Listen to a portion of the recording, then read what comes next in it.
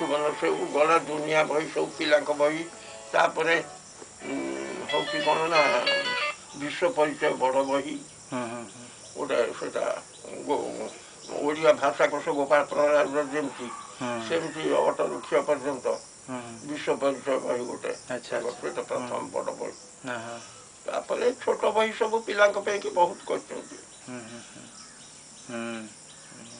ସଂସାର ମ୍ୟାଗାଜିନ୍ ତ ଏବେ ବି ଚାଲିଛି। ଆଜ୍ଞା ସଂସାର ତାଙ୍କ ପତ୍ରିକାଟି ତ ଚାଲିଛି ଏବେ। ସେଇଟା କେବେ ପ୍ରତିଷ୍ଠା ହେଇଥିଲା ସଂସାର? ପ୍ରାୟ ସଂସାର ସଂସାର ବର୍ଷ 10 ବର୍ଷ ହବ। ହଁ ଏଥିରେ ଲେଖା ହେଇଥିବ ବି ବହିରେ ବି ଲେଖା ହେଇଥିବ 89 ବର୍ଷ ଦଶମ ସଂଖ୍ୟା। ମୁଁ ତ ଅଜ୍ଞାନ, ମୁଁ ତ ପାଠ ପଢ଼ିନି। 4 ସାଳି ଶବ୍ଦ ପଢ଼ିଲେ ମୋ ବିଷୟରେ ତ ପଢ଼ାଇଲେ ମୁଁ ମୂଳ ଲାଗୁଥିଲି। ଦୁଃଖୀ ମୁଁ।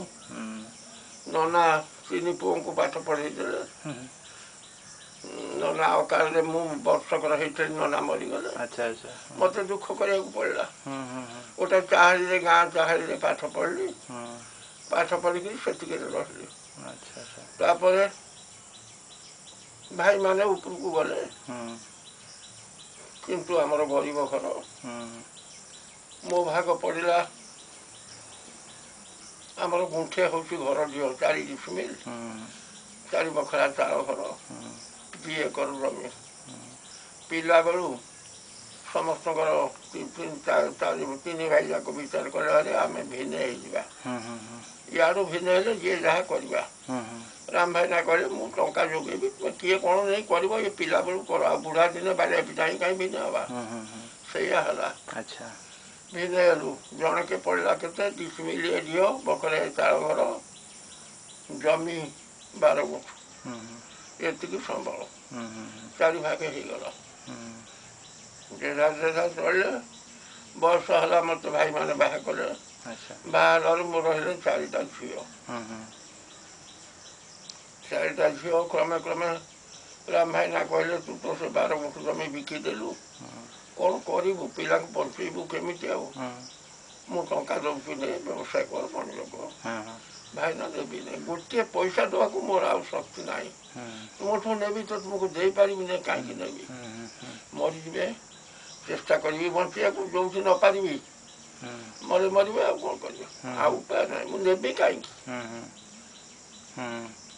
ମନା କଲି ତାଙ୍କୁ। ଶେଷକୁ ମୂଲ ଲାଗିଲି। ମଜୁରୀ ଦିଅଣା ଏଇଥିରେ ମୂଲ ଲାଗିଛି ମୁଁ। କିନ୍ତୁ ହେଲେ କ'ଣ ହେବ, 10 ବର୍ଷ ଦିନୁ ମୋର ଗାଈ 2ଟା ଥାଆନ୍ତି। ଦୁଧ 1.5 ଖଣ୍ଡେ ହୁଏ। 2 ସେରେ ହୁଏ କ୍ଷୀର।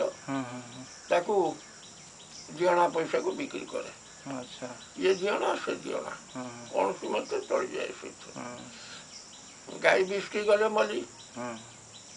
ଏମିତି ବହୁତ ଦୁଃଖ କରି ଶେଷକୁ ନିରାଶ ଯେତେବେଳେ ହେଲି, ଆଉ ବଞ୍ଚେଇ ପାରିବି ନାହିଁ, ମୁଁ ବି ଉପାସ ଭୋକରେ କାମ କରିବାକୁ ଅକ୍ଷମ ହେଲି। ସେତେବେଳେ ସ୍ଥିର କଲୁ ଯେ ମୁଁ ଘରେ କହିଲି ବୁଢ଼ୀକି ମୁଁ ଏଥର ମରିଯିବି, ମୁଁ ଆଉ କାମ କରିପାରିବି ନା। ଭଲ, ତୁମେ ମରିବ, ଆମେ ଗୋଟା ଗୋଟା ହେଇ ମରିବୁ, ତା କାହିଁ କରିବା, ଏକା ବେଳକେ ମରିବା ସବୁଠୁ ଭଲ। ବିଷ ଆଣ,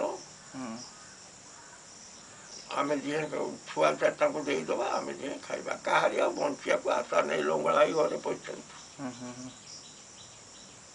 ଆଣିଲି ବିଷ, କିନ୍ତୁ ଆଜି ମଙ୍ଗଳବାର, କାଲି ଖାଇବା। ହଉ, କାଲି ଖାଇବା ବୋଲି ବୁଧବାର ଦିନ ସକାଳୁ ଈଶ୍ୱର କାହିଁକି ଦୟା କଲେ ସେ କଥା ସେ ଜାଣନ୍ତି। ବୁଧବାର ଦିନ ସକାଳୁ ମୋ ରାସ୍ତାରୁ ପ୍ରାୟ 3 ଲକ୍ଷ ପାଖାପାଖି ଟଙ୍କା ପାଇଲି। କୋଉଠୁ? ଟଙ୍କା ନୁହେଁ, ସୁନା। ଗୋଟେ ବେଗ୍ ଥୁଆ ହେଇଥିଲା। କୋଉଠୁ? ଏଇ ରାସ୍ତାରେ। ଏ ରାସ୍ତା ନୁହେଁ, ସେ ଗାଁ ଭିତରୁ ଆସିଲା ବେଳକୁ ଗୋଟେ ରାସ୍ତାରେ ଥୁଆ ହେଇଥିଲା। ସେଠି ଠିଆ ହେଲି ଟିକେ, କିଏ ଥୋଇଛି, ବାଘ ଭାଲୁ ଏରିଆ, ୟା ଭିତରେ ୟାକୁ କିଏ ଥୋଇଲା ଏଠି, କାହିଁକି ବେଗଟା ଏଠି କିଏ ଥୋଇଛି? ଜନଶୂନ୍ୟ 4:30 5ଟା ହେଇନି ହଁ ହଁ ହଁ ଏଠି ଟିକେ ଅପେକ୍ଷା କଲି ତାପରେ ଆସିଲି ଝାଡ଼ ହଁ ହଁ ଆସିକିରି ପାଣି ଛାଡ଼ିକିରି ଗଲି ଗଲାବେଳକୁ ସେଇ ଛୁଆ ହେଇଛି ଆଚ୍ଛା ସେଠି ବସିଲି ଅଧଘଣ୍ଟେ ହଁ ହଁ ହଁ କେହି ନାହିଁ ଜନଶୂନ୍ୟ ହଁ ହଁ ତାପରେ ବେଗ ପାଖକୁ ଗଲି ବେଗଟାକୁ ଧଇଲି କ'ଣ ବେଗଟା କେହି ତ ନାହାନ୍ତି କିଏ କୁଆଡ଼େ ଯାଇଥିବ କ'ଣ କରିଥିବ କେହି ତ ନାହାନ୍ତି ହଉ ବେଗଟାକୁ ନେଇକିରି ଗଲି ଘରକୁ ଘରେ ଖୋଲିକି ଦେଖିଲା ବେଳକୁ ତା ଭିତରେ ଅଛି ସୁନା କେତେ ସୁନା ହବ ସୁନା ଦେଖିଲି କେତେ ଗୁଡ଼ିଏ ଅଛି ଯାହା ଅଟକଳ କଲି ଏତିକି ଟଙ୍କାର ହବ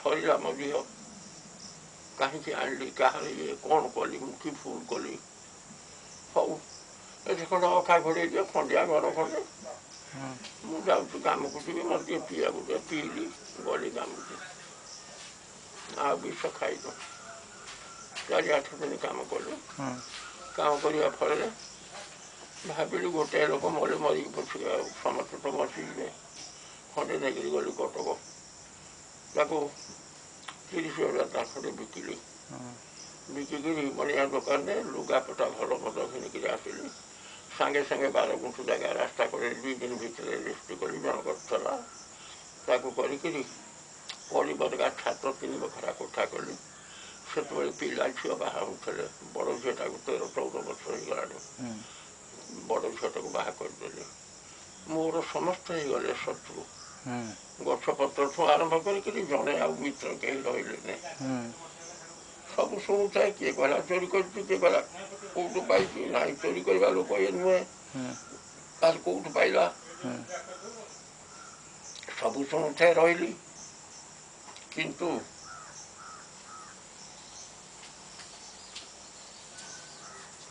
4 ମାସ ପାଇଲା ଆଉ ଗୋଟେ ଝିଅ ବାହା କଲି ଆଉ ଗୋଟେ ଝିଅ ବାହା କଲି 3ଟା ଝିଅ ବାହା କରିବା ପରେ ଲାଗଲାରେ 3ଟା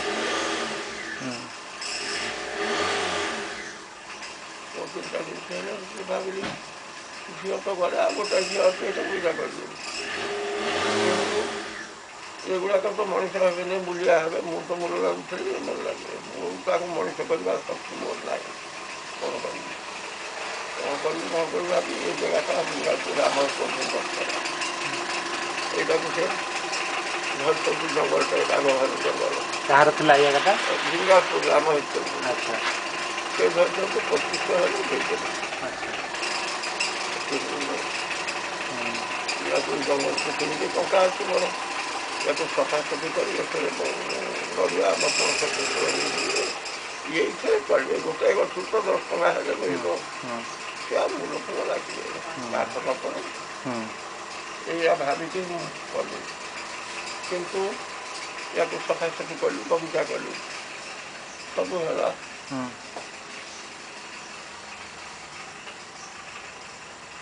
ପିଲା ଯୋଡ଼ାଏ ଗଲେ ମେଟ୍ରିକରେ ମାଟ୍ରିକରେ ବେଷ୍ଟ ଗଲେ ବେଷ୍ଟ 10th ଯେଉଁମାନେ ଆସିଲେ ଭଲ ପଢ଼ିଲେ ବୃତ୍ତି ପାଇବେ ଇଏ କରିବେ ସେ କରିବେ ମୁଁ ବାପା ମୁଁ କିଛି ଟଙ୍କା ଜାଣିନେଇଛି କ'ଣ ପଢ଼ିବେ ପଢ଼ା ଯାହା ଟଙ୍କା ମୁଁ ଦେବି ସେଠୁ ଗୋଟାଏ ଡାକ୍ତର ପଢ଼ିଲା ଗୋଟାଏ ବାଇକମ୍ କ'ଣ ପଢ଼ିଲା ଆପଣଙ୍କ ନାତି ହଁ ମେଟ୍ରିକ ସରିଲା ତାପରେ ସବୁ ତାଙ୍କର କ'ଣ ପଢ଼ାପଢ଼ି ଆଇଏ ପଢ଼ିଲେ କ'ଣ ପଢ଼ାପଢ଼ି କଲେ ସେ ରୋଇ ତାକୁ ନାଁ ଲେଖେଇଲେ ମୁଁ ଜାଣିନେଇ ସେଗୁଡ଼ା କିଛି କ୍ରମେ ଉପରକୁ ଗଲେ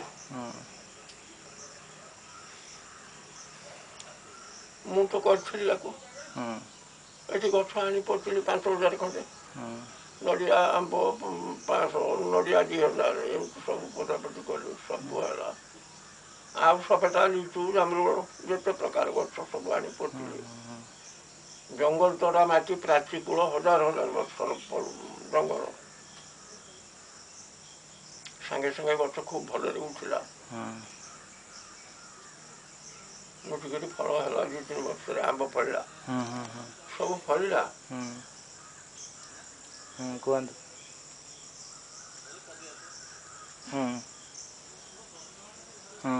ସବୁ ଫଳିଲା